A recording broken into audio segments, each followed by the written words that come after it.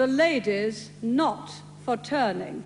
100 years of women making their mark in Parliament and shaping our legal landscape, from the first sitting female MP to the arrival of 101 female Labour MPs in 1997. Women have been representing constituents up and down the country. And it all started with this act. It's called the Parliament Qualification of Women Act, making it possible for a woman to be elected to Parliament. This act allowed women to stand to become members of Parliament without any caveats. You just had to be age 21, the same age as men. There were no property qualifications. And I think it's amazing that Parliament was willing to pass such a radical Equality Act in really quite a short amount of time 100 years ago. Just a month after the act was passed, 17 pioneering women stood for election. Constance Markowitz was the only one elected, but as a member of Sinn Féin, she never took her seat. A year later, Lady Astor won a by-election and became the first sitting female MP.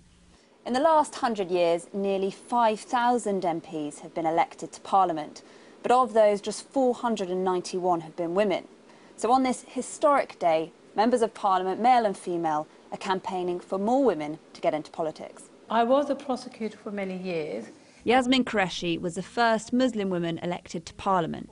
She's part of the campaign group 50-50 Parliament, who are inviting hundreds of women to Westminster today to show that they can have a place in politics. I was raised in a council housing estate. I went to a comprehensive school, qualified as a barrister, so I come from a very ordinary working class background, and I hope that other people looking at that will think, yes, I can do so as well and get involved in politics and obviously become members of Parliament.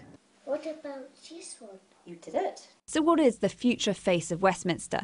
Emma Walker was chief executive at a Scottish crafts company. She's among those heading to London today and hopes one day to stand as an MP. I told my careers advisor that I wanted to be a politician when I left school, and she told me that that wasn't for girls like me. It took a long time for me to realise that that actually wasn't the case. That was bad advice. Being a CEO, seeing women in positions of power, working alongside politicians, working alongside Scottish Government and DC, started to ignite something inside of me that made me realise that that wasn't true. So after 100 years of women in Parliament, the hope today that the pioneers of our past will inspire future political prodigies. Ali Fortescue, Sky News.